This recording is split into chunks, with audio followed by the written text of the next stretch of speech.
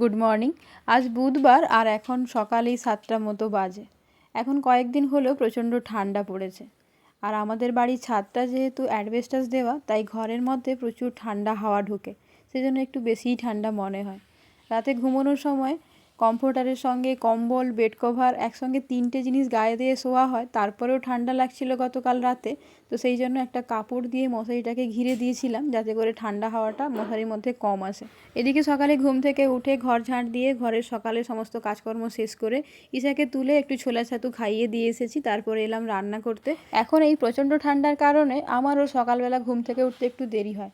আর দেরি করে ঘুম থেকে উঠলে রান্না বান্না করা বা অন্যান্য কাজ করার জন্য সময় অনেকটা কম পাওয়া যায়। তাই এখন আমি চেষ্টা করি যতটা সম্ভব সংক্ষেপে রান্নাবান্না সারা যায়।